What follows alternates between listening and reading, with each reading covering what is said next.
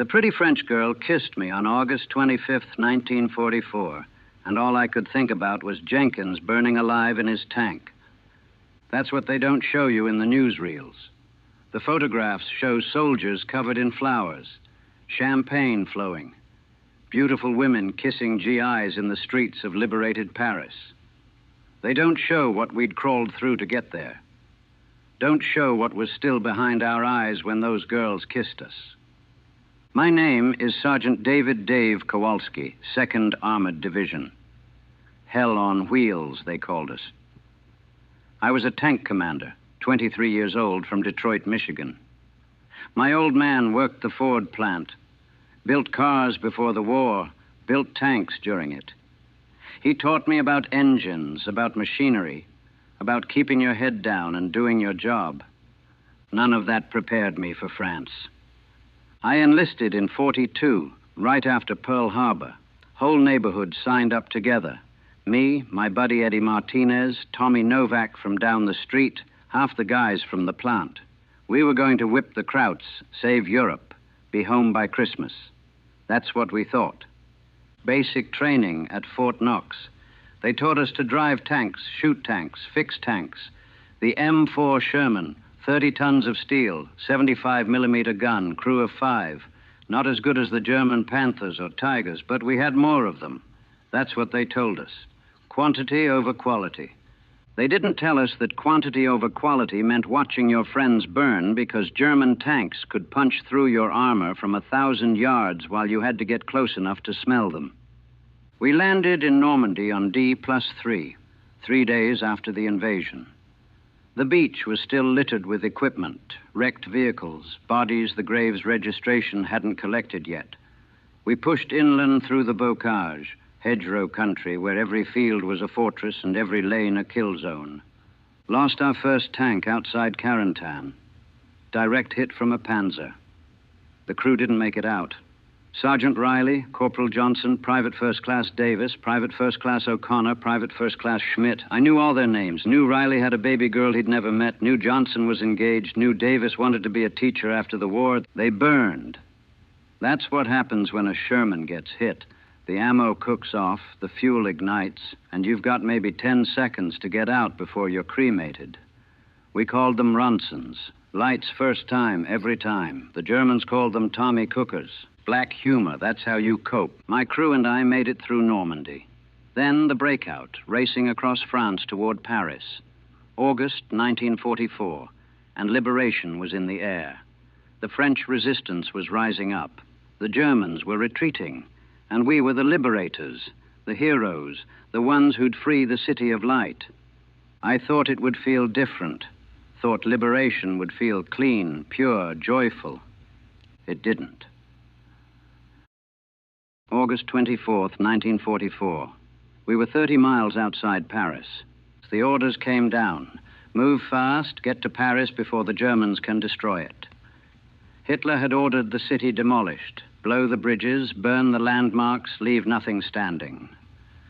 General von Koltitz, the German commander, supposedly had the explosives in place. We had to get there before he pushed the button. So we raced. Tanks roaring down French roads at full speed, infantry mounted on our hulls, supply trucks struggling to keep up. The French civilians came out to watch us pass, waving, cheering, throwing flowers. Old women crying, old men saluting, kids running alongside, asking for chocolate. It should have been triumphant. It should have been everything the propaganda posters promised. But Jenkins was still dead, and Martinez, and Novak, and half the guys we'd landed with. Jenkins died 2 days before. His tank took a Panzerfaust, German anti-tank rocket, right in the side, punched through the armor like it was paper. The tank brewed up instantly, flames shooting out every hatch. I was in the tank behind him, watched it happen, watched him try to climb out the turret. He made it halfway before the ammunition cooked off.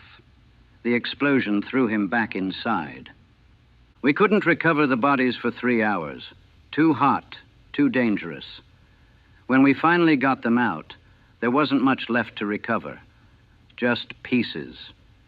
Jenkins had been my gunner before he got promoted to tank commander.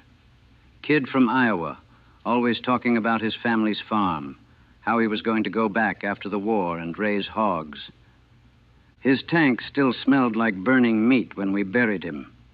Martinez caught it outside Chartres. Sniper got him while he was taking a piss behind his tank. Just stepped out and pop. Down. Dead before he hit the ground.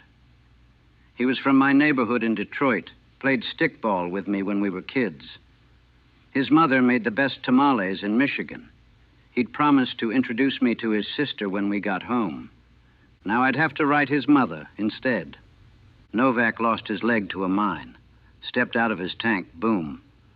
We got him to an aid station, but he bled out before the medics could save him. Last thing he said was asking if he'd be able to dance again. I told him yes. He knew I was lying. That's what we carried toward Paris. All the ghosts. All the friends who wouldn't see liberation, wouldn't kiss French girls, wouldn't go home. The civilians didn't know. How could they? They saw tanks and soldiers and American flags, and they thought it meant freedom, victory, the end of nightmare. They didn't see what we saw. The burning tanks behind us, the graves we'd left across France, the friends we'd buried in foreign soil. They saw liberators. We felt like survivors, and those aren't the same thing. We bivouacked outside Paris that night. Could see the city lights in the distance. First lights we'd seen in France. The blackout was ending. Paris was waking up. Tomorrow we'd enter the city. Tomorrow we'd be heroes. Tonight, I couldn't sleep. Just lay under my tank, listening to PFC Wilson cry quietly in his bedroll. His brother had died at Normandy. He'd gotten the telegram 2 days ago. Liberation, victory, freedom. The words felt hollow. August 25th, 1944. We rolled into Paris at dawn. The streets were packed. Thousands of people, tens of thousands, lining the boulevards, hanging from windows, climbing on street lamps. Waving flags, American and French and British, screaming, crying, singing. The whole city had erupted in joy. We rolled down the Champs-Élysées toward the Arc de Triomphe, and the noise was deafening. People were throwing flowers at our tanks, tossing bottles of wine and champagne that smashed on the streets. Pretty girls climbed onto the hulls, kissing any soldier they could reach. Old men wept. Children ran alongside, laughing. It was everything you've seen in the photographs, everything the newsreels showed. A moment of pure joy, pure celebration, pure human happiness. And I couldn't feel it. I sat in my commander's position, turret open, watching it all happen like I was behind glass. My crew was grinning, waving, soaking it up. PFC Henderson had lipstick marks all over his face from 3 different girls. Even Wilson was smiling, the first smile I'd seen since his brother died. But I felt nothing, just numb, hollow. A beautiful girl climbed onto my tank. Couldn't have been more than 20, dark hair, bright eyes, wearing a blue dress. She kissed me full on the mouth, threw her arms around my neck, said something in French I didn't understand. The crowd roared. Someone took a photograph. I saw the flash. All I could think about was Jenkins, about Martinez, about Novak, about all of them who'd never see this, who'd died for this moment but wouldn't get to experience it. The girl pulled back, looked at me with those bright eyes, and her smile faltered. She saw something in my face, something that scared her or confused her or both. She climbed down quickly, disappeared into the crowd. Henderson laughed. "What's wrong, Sarge?" Too good for French girls now. I didn't answer, couldn't explain that her kiss tasted like ashes, that her joy felt like accusation, that every cheer felt like it was celebrating the deaths of better men than me. We reached the Arc de Triomphe. General Leclerc and his French 2nd Armored Division were already there, French flags flying. There was a ceremony, speeches, salutes, the French national anthem. The crowd sang along, Thousands of voices, tears streaming down faces.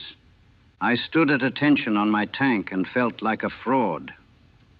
That afternoon, we parked in the Place de la Concorde. The celebrations continued around us. Music, dancing, wine flowing freely. The resistance fighters emerged from hiding, wearing their FFI armbands, accepting thanks and praise. Some of them had blood on their clothes from fighting the retreating Germans that morning. A group of resistance fighters had caught a collaborator, a woman who'd slept with German officers during the occupation. They dragged her into the square, held her down, shaved her head while the crowd jeered and spit on her. She was crying, screaming, begging. They stripped her naked, painted swastikas on her, paraded her through the streets. The crowd loved it. Justice, they called it. Revenge, liberation. I watched from my tank and felt sick. Henderson said something about her getting what she deserved. Wilson agreed. Maybe they were right. Maybe she had done terrible things. Maybe she deserved it. But watching that woman being brutalized by a mob while people cheered, it didn't feel like liberation. It felt like something darker, something we'd carried with us from all those battlefields. That night, they threw a massive party in the streets. Wine, music, dancing. The soldiers celebrated. The French celebrated. Everyone celebrated. I sat on my tank, drinking wine that tasted like nothing, watching people dance, and felt more alone than I'd ever felt in combat. Paris was free. We'd won. We were heroes. So why did I feel like I'd lost something I could never get back? The celebrations lasted for days. We stayed in Paris for a week while the brass figured out the next move. Every night was parties, every day was parades, every moment was joy and gratitude and liberation. The French couldn't thank us enough. Free meals, free drinks, free everything. Girls wanted to dance with American soldiers. Old men wanted to buy us wine. Everyone wanted to shake our hands, kiss our cheeks, tell us we'd saved them. And maybe we had. Maybe we'd done something good, something noble, something worth all the blood we'd spilled to get here. But I couldn't shake the feeling that we'd brought something dark into their city. That underneath all the joy and celebration, something violent and broken had come with us. The third night, Henderson and Wilson got drunk and started a fight with some French civilians over a girl. Took 4 MPS to break it up. Henderson spent a night in the stockade. He laughed about it the next day. I found out later the French civilian lost 2 teeth. PFC Jackson from Baker Company shot a German prisoner who'd been captured in the last pockets of resistance. Just walked up and shot him in the head. Said it was an accident. Said his rifle went off. Everyone knew it wasn't an accident. The prisoner had been captured by Jackson's best friend, who died at St. Lo. Jackson wanted revenge. They covered it up. Liberation, they said. Chaos. Things happen. Move on. I started drinking more. Not to celebrate, to forget, to blur the edges, to make the disconnect between what people saw when they looked at us and what I felt inside a little less sharp. One night, drunk on wine some grateful Frenchman had given me, I broke down. Just sat in an alley behind our bivouac and cried. For Jenkins, for Martinez, for Novak, for all of them. For the woman with the shaved head. For the German prisoner Jackson shot. For everything we'd become on the road to Paris. Wilson found me, sat down next to me. Didn't say anything for a long time. Finally, my brother wrote me before he died. Said he was glad I couldn't see what he'd become. Said the war turns you into something else, something you don't recognize. Said he hoped I'd never have to understand what he meant. He lit a cigarette. I understand now. We sat there in that alley while Paris celebrated around us. 2 soldiers who'd made it to liberation but couldn't feel liberated. On the 7th day, the orders came down.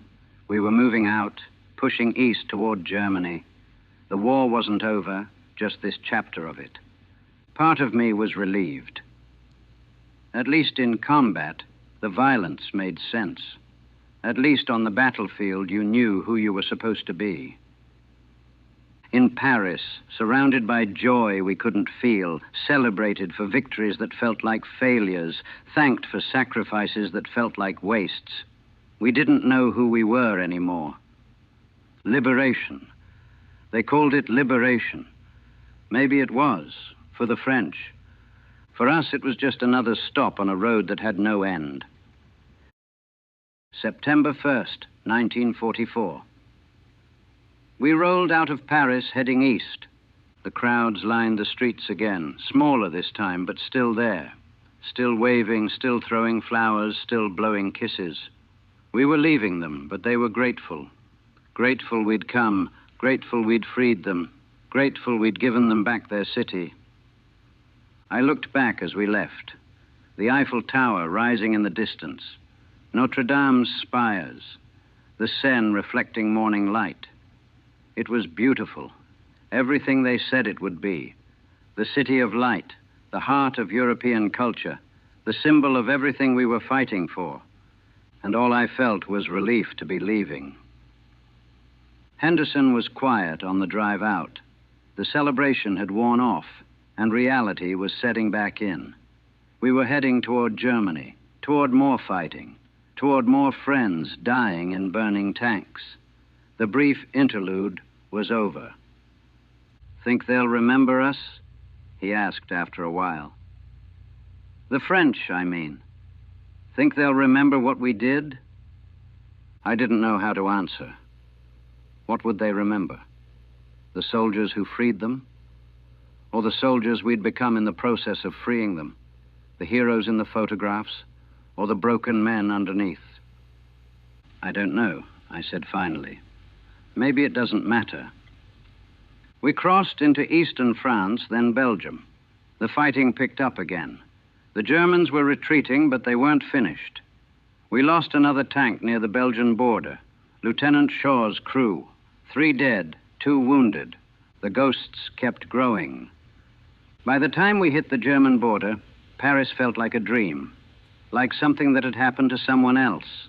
The liberation, the celebrations, the kisses and wine and joy. It felt disconnected from reality. From the war we were actually fighting. I got a letter from my mother in October. She'd seen the newsreels of the Paris liberation. Saw American tanks rolling through the city, soldiers covered in flowers, French girls kissing GIs. She was so proud, she wrote, so grateful I'd been part of something so beautiful, so meaningful. She asked if I'd kissed any French girls, asked if I'd celebrated, asked what it felt like to be a liberator. I didn't write back for 2 weeks, didn't know what to say. How do you tell your mother that the most celebrated moment of your war felt like the emptiest?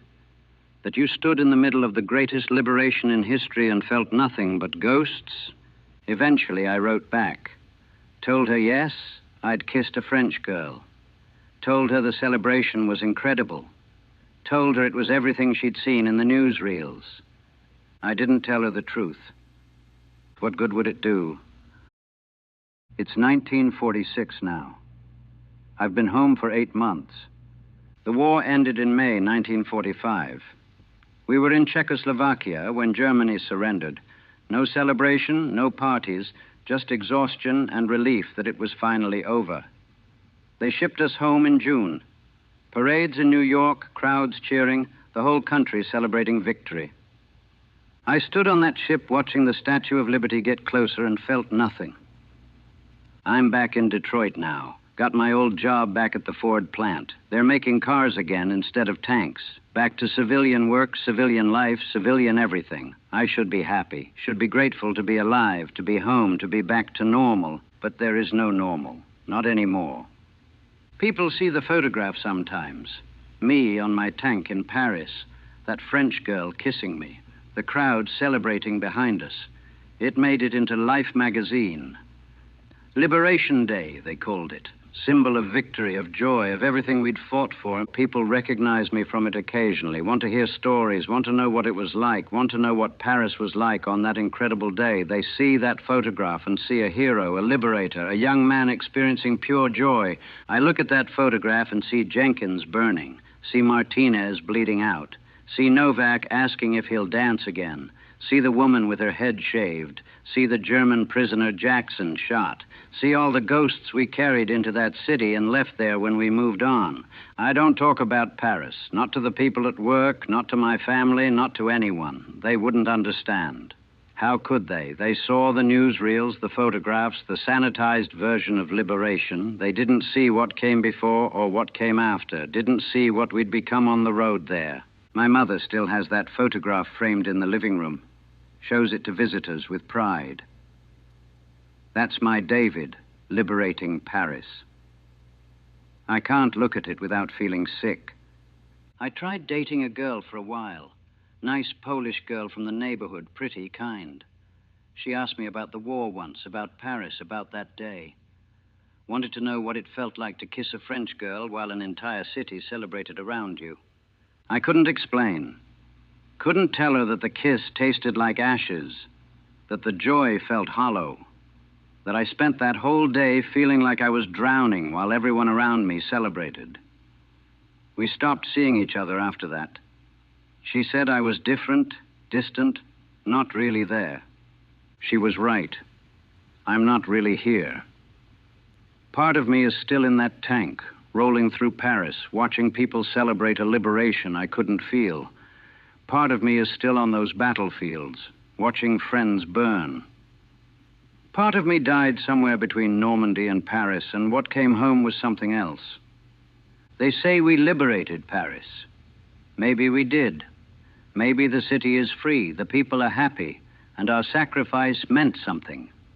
Maybe that photograph in my mother's living room represents something real, something good, something worth all the blood we spilled. But I can't see it. All I see is what we lost.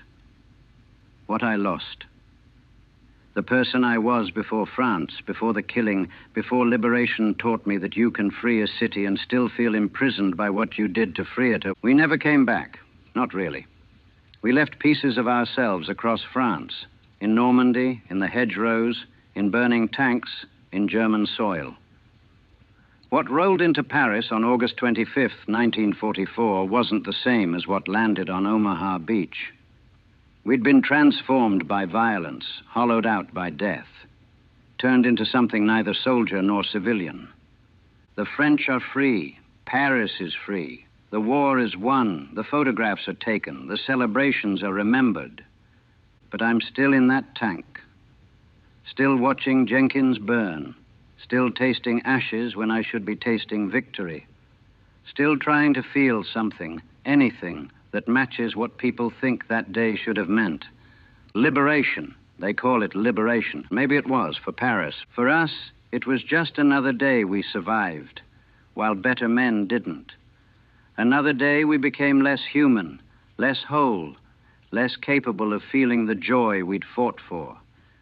That French girl kissed me in Paris, and all I could think about was Jenkins burning alive. That's the truth they don't put in the newsreels. That's what liberation really cost. And I'm still paying for it. Every day, every night, in every moment, I can't feel what I'm supposed to feel. Paris is free. The world is free. But I'll never be free from Paris, from that kiss that tasted like death, from that celebration I couldn't join, from the knowledge that liberation doesn't mean the same thing for the liberators. We freed a city and lost ourselves doing it. That's what I think about when I see that photograph, when people call me a hero, when my mother shows off her liberated son.